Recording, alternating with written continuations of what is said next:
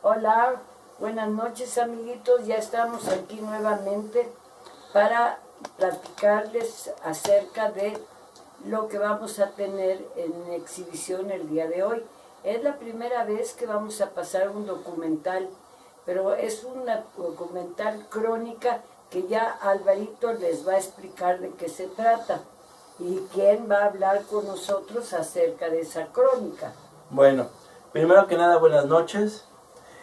Ahora vamos a pasar un documental de nuestro amigo Rodolfo Garrido, el cual ya nos dio la autorización para poderlo transmitir vía Facebook. Esta es la presentación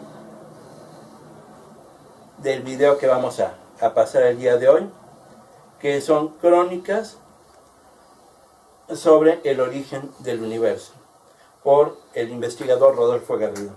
Gotthard. Bueno, pues adelante, continuamos.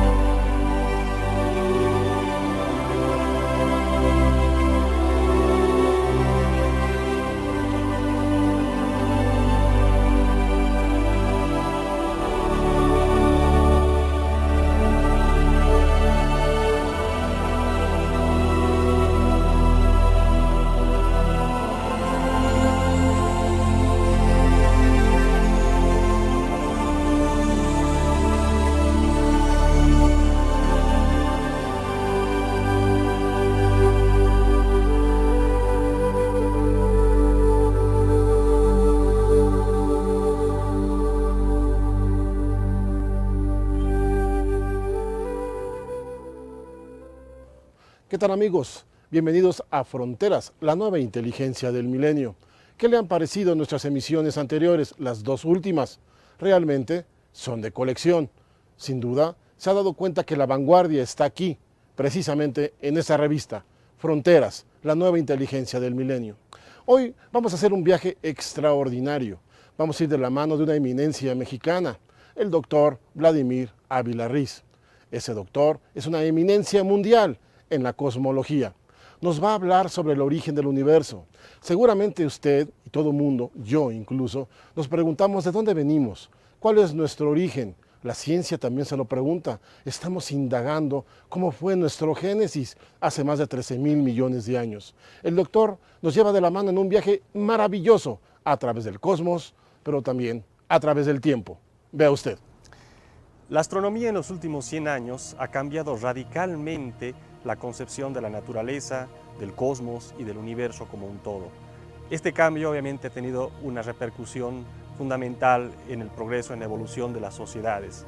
Lamentablemente a veces el público no está enterado de lo que se hace realmente desde el punto de vista científico y bueno, el objetivo de esta revista, el objetivo de este proyecto es llegar a la gente por parte de nosotros, los científicos.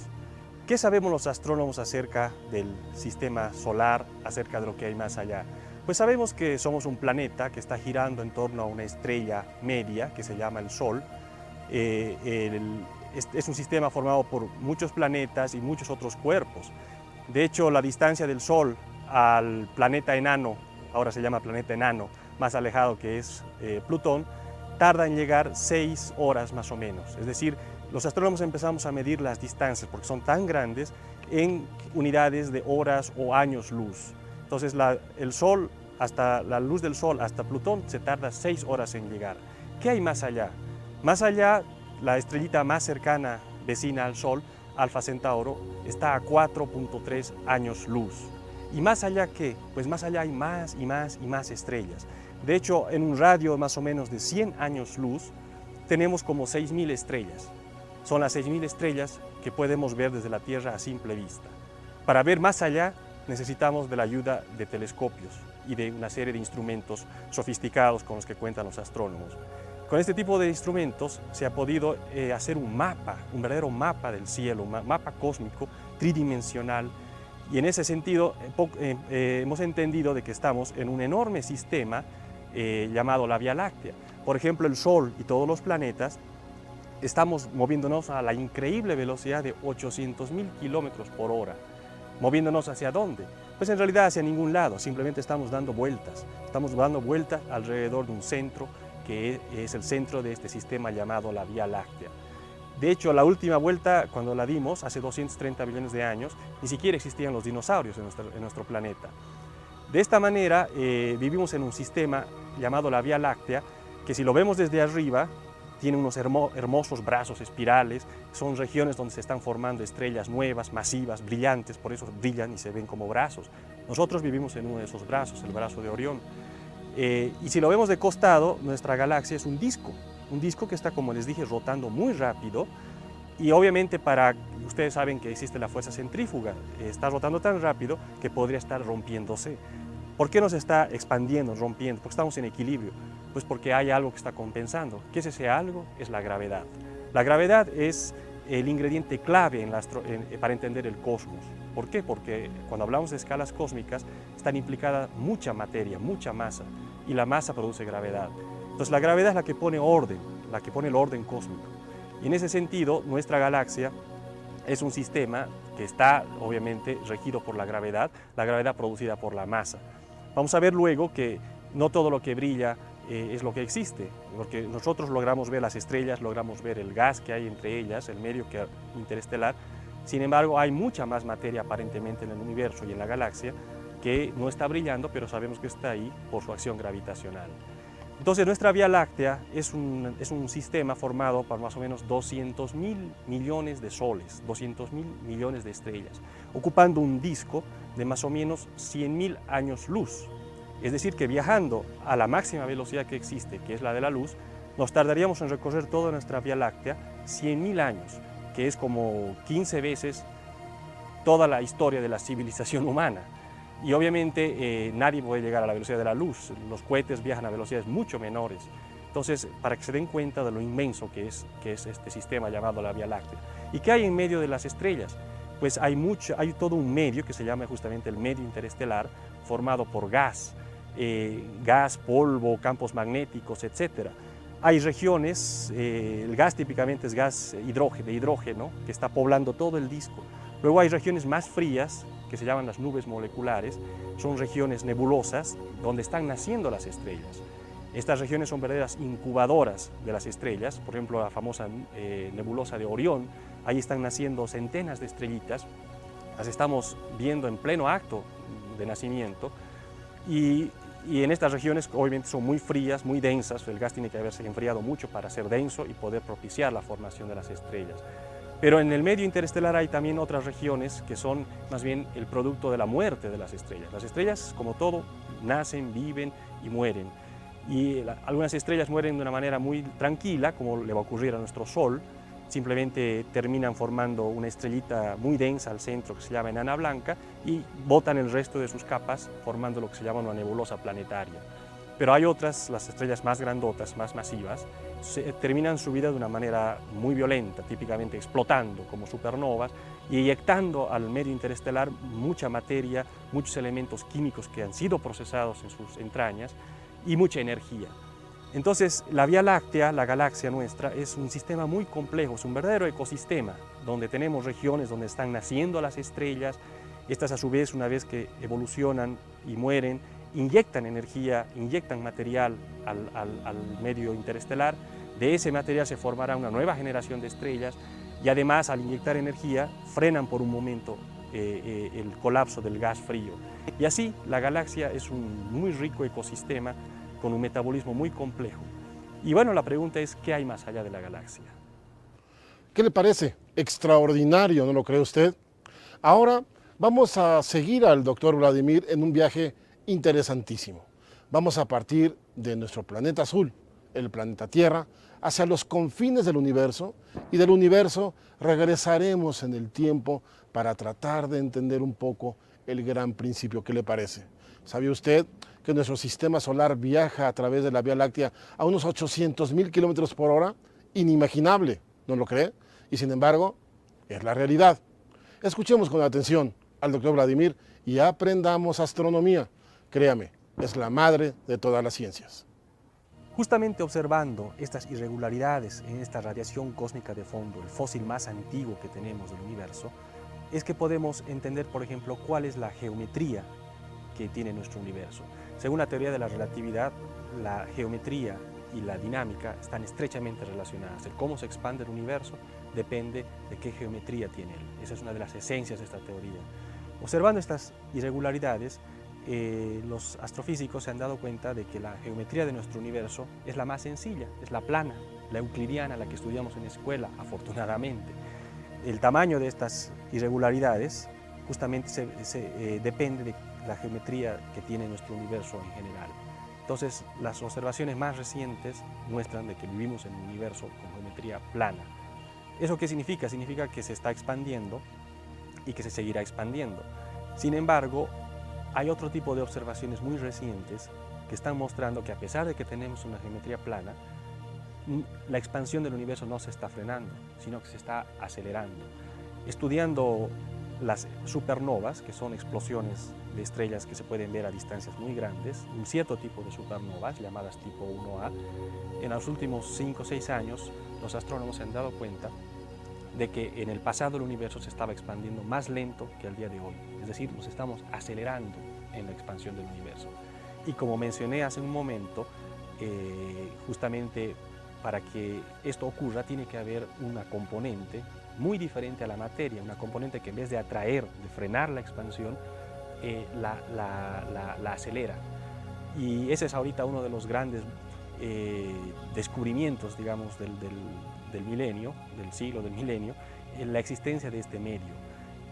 De hecho, tenemos cierta certeza ya en cómo es la composición del universo. Podemos dibujar el pastel de la composición del universo y vemos que solamente 4% de lo que hay en el universo es materia ordinaria, materia que forma átomos, que forma planetas, estrellas, galaxias, todo lo que podemos ver, lo que estamos hechos, es solo un 4%. 22% es lo que ya había mencionado, la famosa materia oscura. La materia oscura que domina en las galaxias, que domina en la gravedad del universo a gran escala. Y el restante 74% es este medio aún más extraño llamado energía oscura, un medio que en vez de atraer, como la materia, repele.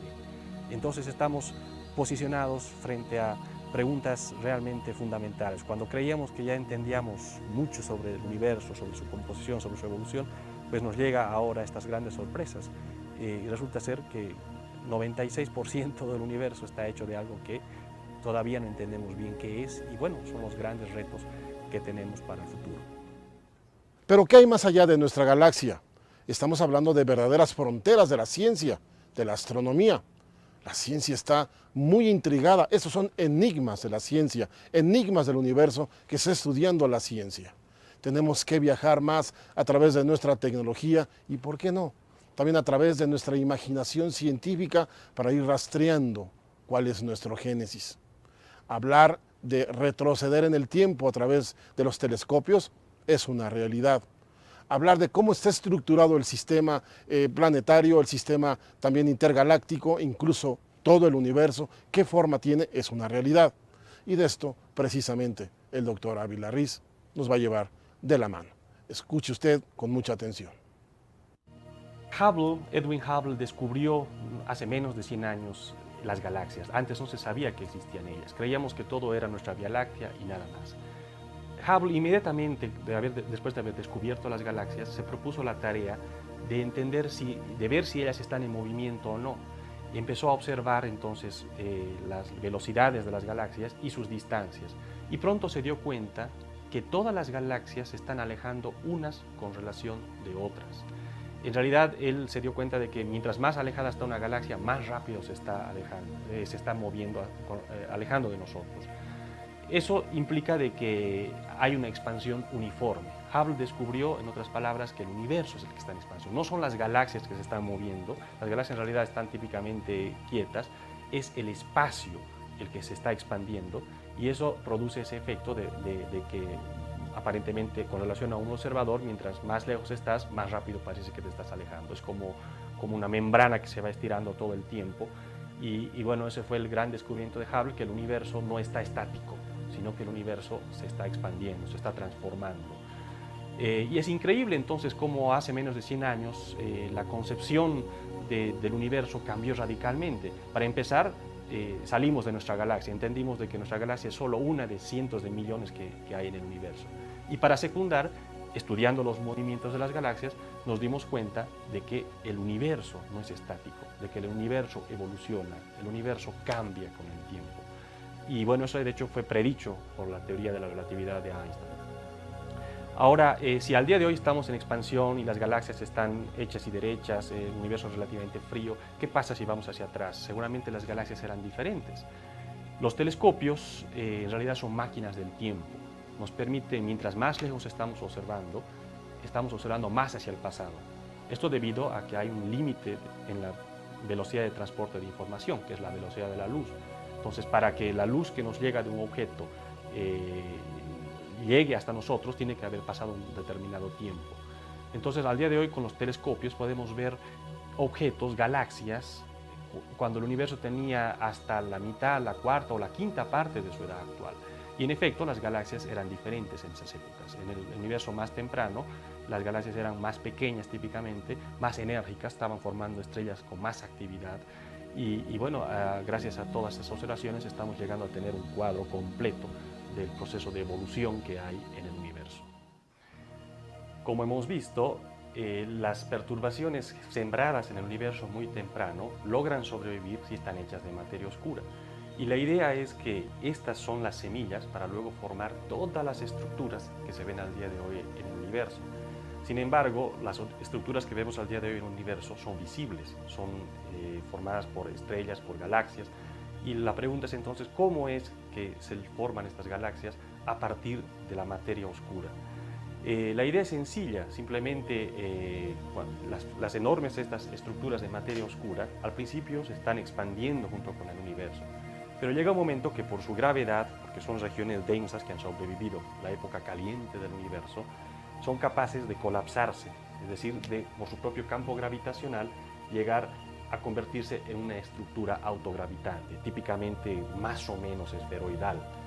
Esto es puro materia oscura.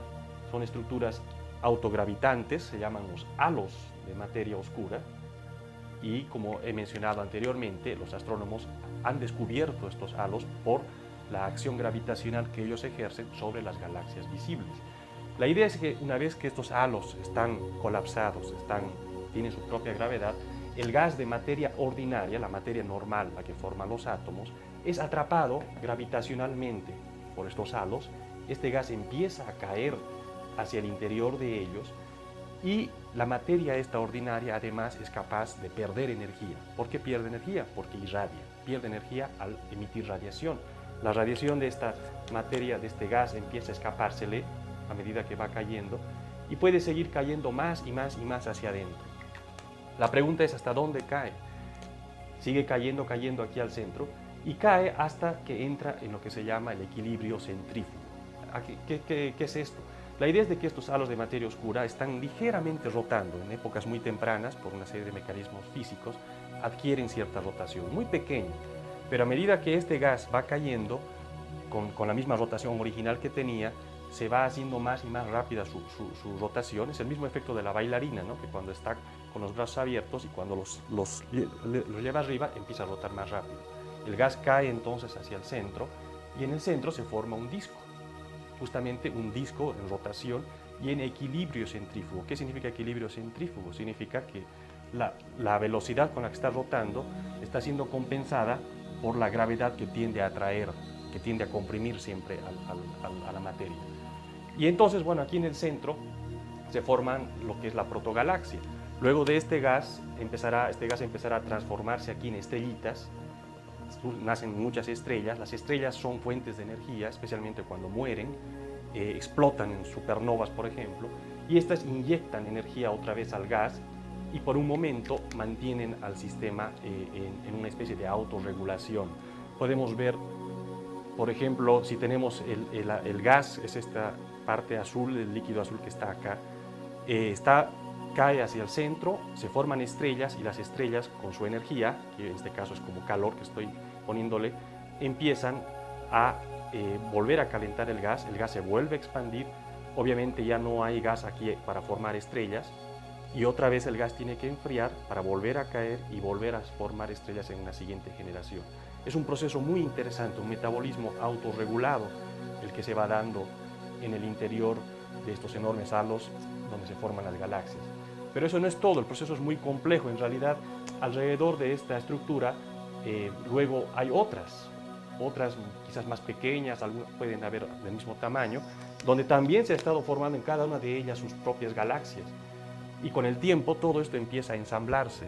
Estas estructuras empiezan a ser atraídas gravitacionalmente por estas otras y se ensamblan y se va dando un proceso muy complejo de formación de galaxias. Es decir, la formación de galaxias es un proceso jerárquico. Primero se forman las estructuras más chiquitas, luego empiezan a acumularse las más y más grandes, y todo esto teniendo como molde a la materia oscura. Si no habría la materia oscura, no podríamos tener todo este proceso de ensamblamiento, de ensamblaje de las galaxias. Entonces es un proceso jerárquico donde participa la materia oscura como el ingrediente principal, el molde, y luego el gas de materia normal simplemente va siendo atrapado, se va transformando en estrellas y va dando origen a todo este complejo proceso. Es tan complejo que es necesario estudiarlo por eso en simulaciones numéricas, en simulaciones en supercomputadoras. De hecho, nuestro grupo ha avanzado mucho en entender este proceso a nivel individual. Sin embargo, cuando queremos ponerlo ya en un contexto completo, es necesario recurrir al supercómputo y es lo que también estamos haciendo activamente aquí, junto con otros grupos, como veremos luego. ¿Qué le ha parecido? Verdaderamente son revelaciones lo que nos cuenta y lo que nos narra y lo que nos deja ver el doctor Ávila Riz. Ahora creo que sería prudente que escucháramos la explicación de él y sus colegas de cómo se forman las galaxias. Recuerde usted que estos son nuestros hogares cósmicos. El sistema planetario deambula precisamente dando vueltas en su centro de la Vía Láctea. Así, cientos de miles de millones de galaxias que existen actualmente en el universo. Pero ¿cómo se formaron? ¿Tenemos el conocimiento? La teoría parece indicar que sí. Actualmente estudios avanzados sobre esa materia permiten la simulación, permiten estudiar el centro de la galaxia, tratar de comprenderlo y de esta forma comprender el génesis de los hogares cósmicos que son las galaxias. Escuchemos con atención al doctor Ávila Riz sobre esta materia. El problema de la formación de las galaxias y de las estructuras cósmicas del universo es un problema bastante complejo y es por eso que es necesario acudir a la ayuda de las computadoras, de las supercomputadoras. Hoy en día existe una enorme industria en la simulación numérica de la formación de galaxias y de estructuras.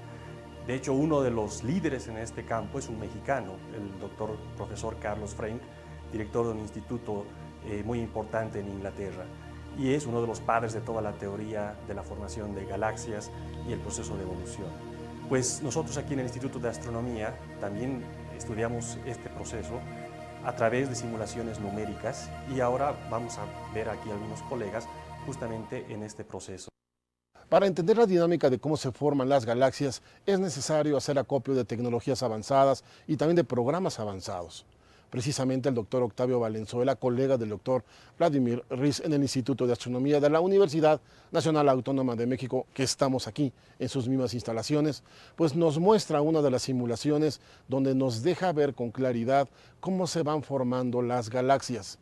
Vea con atención, es una maravilla de desarrollo tecnológico y de programación. La explicación no está de más, es muy detallada. Escuchemos al doctor Valenzuela. Bueno, como nos había comentado el doctor Ávila Riz, la mayor parte de la materia en el universo es oscura. Entonces, la gente se ha preguntado, bueno, ¿cómo se forma una galaxia como la nuestra en un universo dominado por materia oscura? La animación que voy a mostrar en un segundo describe ese proceso.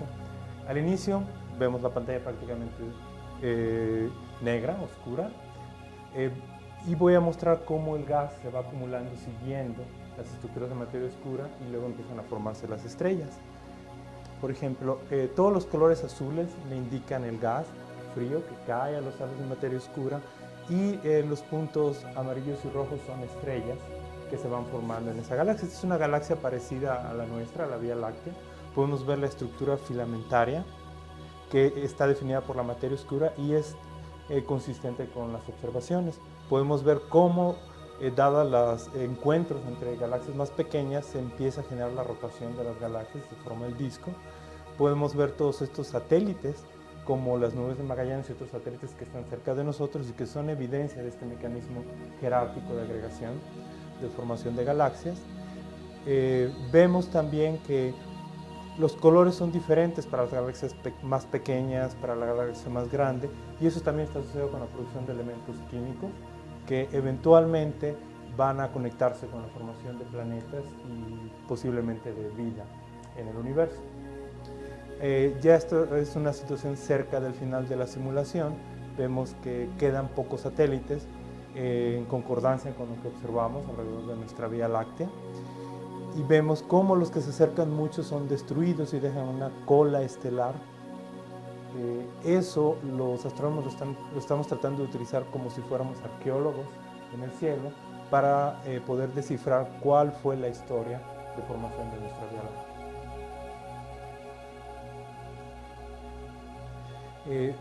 Algunos de estas galaxias pequeñas llevaban un agujero negro pequeño, y al formar la galaxia mayor, esos agujeros negros fueron cayendo hacia el centro, y eso se cree es uno de los posibles orígenes de los agujeros negros supermasivos. ¿Qué le parece esta simulación impresionante, no le parece? Bueno, pues ahora la doctora Bárbara Pichardo, que también pertenece aquí al Instituto de Astronomía de la UNAM, pues nos va a hablar con mucho detalle de cómo se forman los núcleos de las galaxias. Parece un tema sencillo o incluso parecería no tener importancia, pero es relevante, ya que ahí es la génesis, se sustenta la génesis, el cimiento de la propia galaxia, cualquiera que fuera. Escuchemos la explicación de la doctora. Como mencionó el doctor Valenzuela, en el centro de las galaxias, actualmente, todos los astrónomos creemos actualmente que en el centro de todas las galaxias hay un agujero negro. De hecho, en nuestra galaxia tenemos uno con la masa equivalente a 2.5 millones de veces la masa de nuestro Sol. Los agujeros negros, por otro lado, no se pueden ver, como lo dice su nombre, son los objetos más compactos y gravitacionalmente más poderosos del universo. Pero no se pueden ver porque nada es capaz de escapar de los agujeros negros. Nada, ni siquiera la luz. La única forma de ver los agujeros negros es por sus efectos gravitacionales. Y estos efectos se ven porque los agujeros negros son capaces de destruir la materia alrededor, por ejemplo estrellas o por ejemplo gas que penetra hacia las cercanías de los agujeros negros, son capaces de radiar o levantar temperaturas hasta de 1.000.000 de grados y radiar en rayos X o rayos gamma. Esa es la forma en la que actualmente sabemos que existen agujeros negros en las galaxias. Algunas son llamadas también núcleos activos de galaxias. En ese caso tenemos, además del del disco de acrecimiento, le llamamos nosotros, tenemos dos chorros, o jets en inglés, dos chorros perpendiculares al disco, espectaculares, como vemos aquí en la figura. Entonces, finalmente, decía, en nuestra galaxia tenemos uno, pero no es un núcleo activo. En el caso de nuestra galaxia lo vemos por las órbitas producidas por las estrellas, muy cerca del agujero negro. Vemos cómo las estrellas van a velocidades altísimas y están rodeando algo que no podemos ver. No sabemos qué es, pero vemos cómo las estrellas se acercan. Hay unos diagramas impresionantes del efecto producido por este objeto supermasivo. Por otro lado, además, decía yo que es altamente compacto. Estamos hablando de un objeto que tiene 2 millones de masas solares en el caso de nuestra galaxia, dentro de un radio de apenas la órbita de Marte. O sea, es realmente muy, muy pequeño el espacio en el que se encuentra este millón de masas solares. En nuestro sistema solar, dentro de la órbita de Marte, tenemos más el Sol, la única estrella.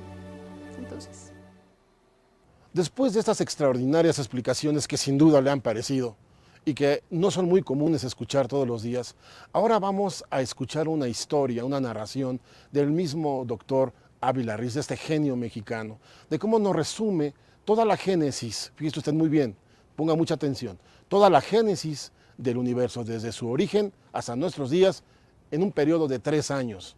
Le va a fascinar escuchar esta teoría. Ponga atención y después de oírla, le sugiero que lo medite. Vamos con el doctor. Vamos a hacer una síntesis de cómo fue la historia del universo, haciendo de cuenta de que los 13.700 millones de años que le medimos al día de hoy a la edad del universo son nada más 3 años.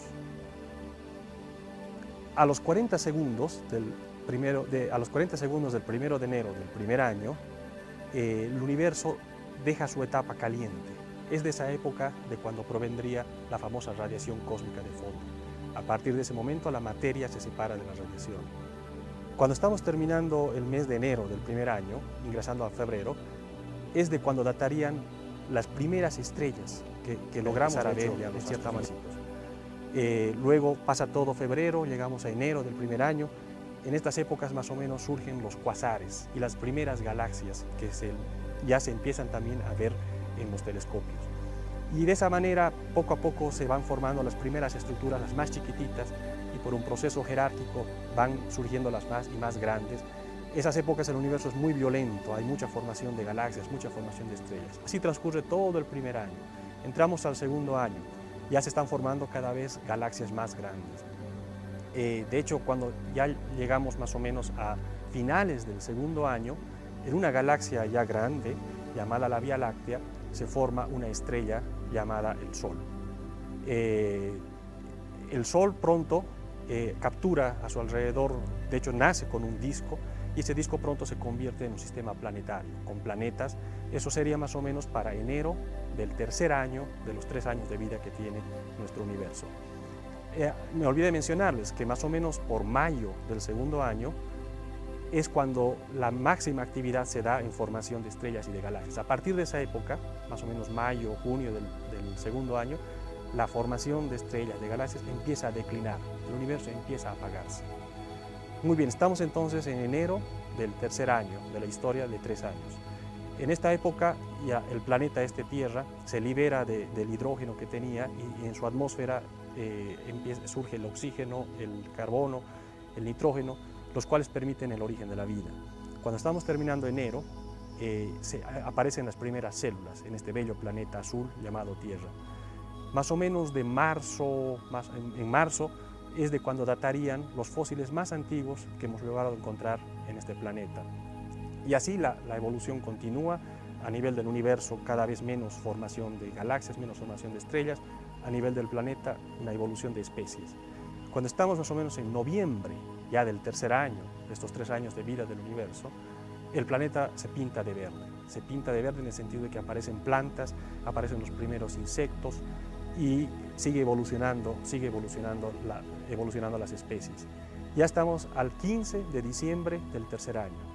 En esa época el planeta Tierra empieza a ser dominado por los dinosaurios, especies que en esta escala de tiempo que estoy poniendo, durante más o menos 10 días dominan en el planeta. Llegamos al 25 de diciembre del tercer año de los 3 años de vida del universo, en esta analogía. El 25 de diciembre, por alguna razón, se extinguen los dinosaurios, ya sea por el impacto de un asteroide que puede haber ocurrido aquí en el Golfo de México, ya sea por alguna otra razón, se extinguen los dinosaurios. Han durado 10 días en esta escala. Llegamos más o menos ya llegamos al 31 de diciembre de los 3 años de vida. Todavía no hay rastros del ser humano.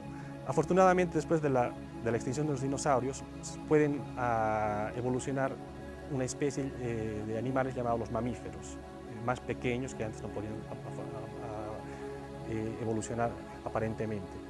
Entonces, ya cuando estamos más o menos a 3 de la tarde del 31 de diciembre, en esa época aparecen los vestigios de los primates. Ya estamos llegando a las 11 de la noche del 31 de diciembre, llegamos a las 10 para las 12 de hecho, y de esa época datarían el hombre de Cromañón, el hombre de Neandertal, que son ya el prototipo del hombre moderno.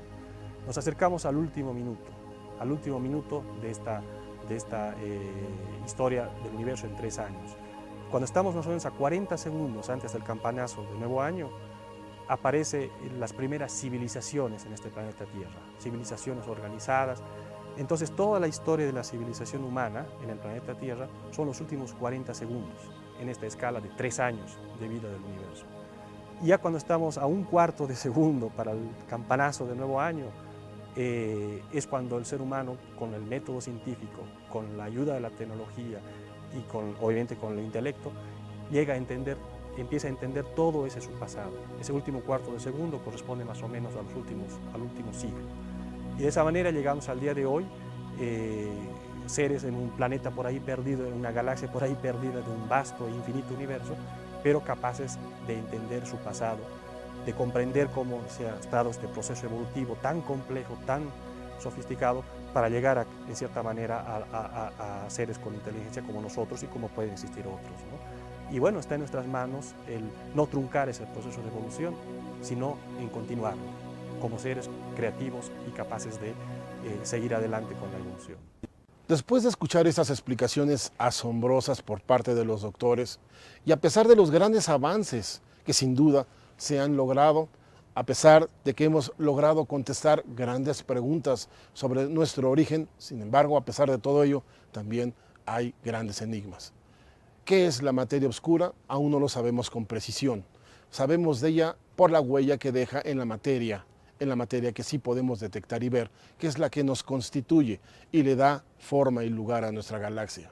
Sin embargo, fíjese usted muy bien, el 94% de la materia existente en nuestra galaxia es, sin duda, materia oscura. El resto apenas es la que vemos y la que nos constituye. Pero también, ¿qué es la energía oscura? ¿Cuál es la diferencia entre materia oscura y energía oscura? Preguntas importantes. Podrían ser las grandes preguntas del milenio y también sus respuestas podrían causar premios Nobel, sin duda, futuros en nuestro mundo. Escuchemos al doctor Ávila Riz hablándonos sobre estas grandes interrogantes para este milenio. Como hemos visto, las observaciones astronómicas, las teorías físicas y cosmológicas nos han llevado al día de hoy a tener una visión muy completa del universo y de su historia, desde épocas donde ni siquiera existía la materia, sino era un estado primitivo llamado vacío, hasta el universo complejo de estructuras galácticas, frío, con estrellas, planetas y vida y seres que la están estudiando como nosotros. Sin embargo, han surgido preguntas fundamentales en esta aventura intelectual del ser humano por entender nuestro medio. Preguntas que son el presente y el futuro de la ciencia en muchos aspectos. ¿Qué preguntas? Una es esta cuestión de la materia oscura. 95% de la masa de las galaxias está hecha de ella y es la materia que domina sobre la materia normal, sobre la materia ordinaria. Obviamente los astrónomos, con toda la teoría, con la modelación que estamos haciendo de formación de galaxias, estamos tratando de poner restricciones, de entender la naturaleza de este medio complejo. Pero por otro lado, los físicos experimentales quieren aquí en la Tierra detectar esta materia oscura. Si son partículas elementales, que no interactúan con la radiación ni con las partículas normales, tiene que haber alguna manera de lograrlas capturar acá. Es como buscar una aguja en un pajar.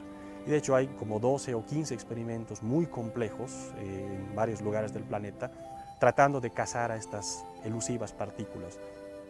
El día que se lo logre, si es que existen, es premio Nobel seguro para ese grupo, porque estarían resolviendo una de las cuestiones más importantes de la física y de la astronomía en general.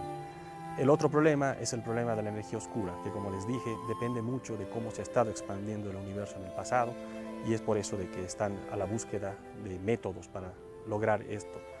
Y en general podríamos estar hablando de un cambio radical del paradigma de la física, si es que no son la materia oscura, no son partículas de materia oscura exóticas, si es que la energía oscura es algo más complejo o simplemente es un cambio de leyes, lo sabremos en un futuro cercano. Puede ser que estemos en el umbral realmente de una nueva revolución científica.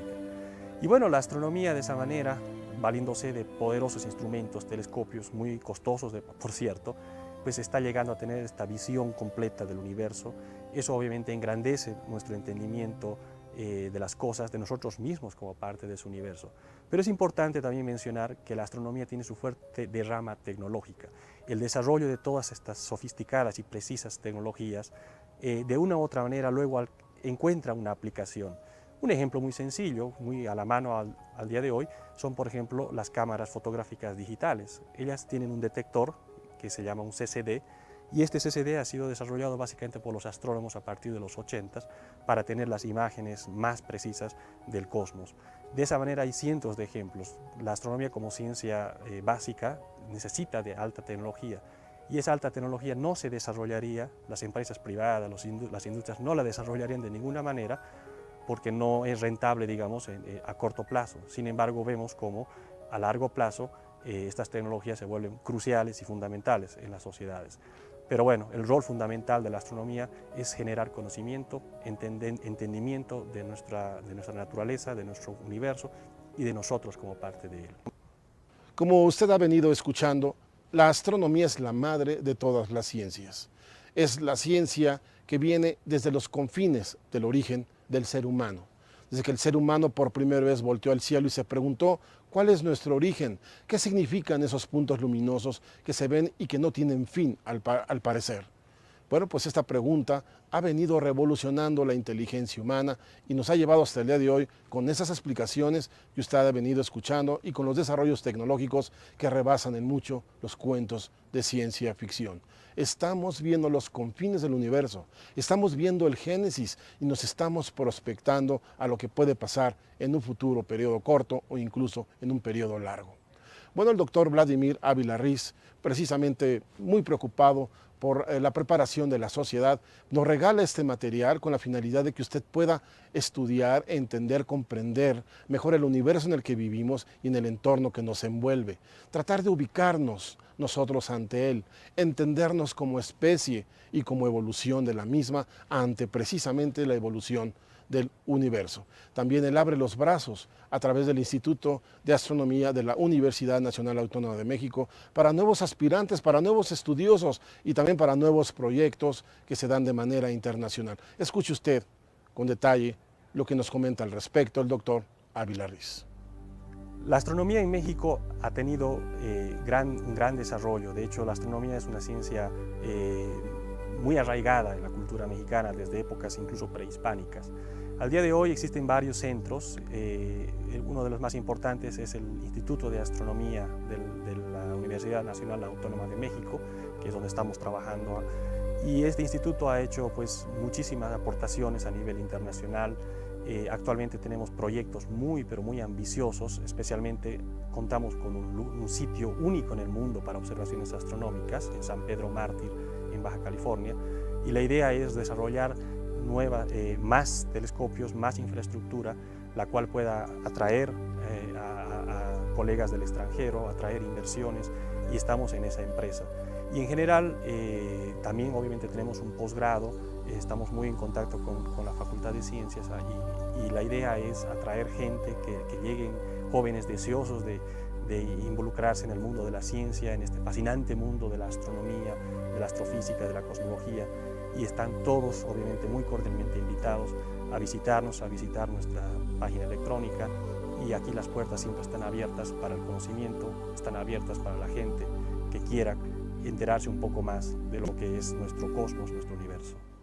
Como usted ha podido apreciar, estos materiales son únicos, son exclusivos, son de referencia, son de colección. ¿Por qué?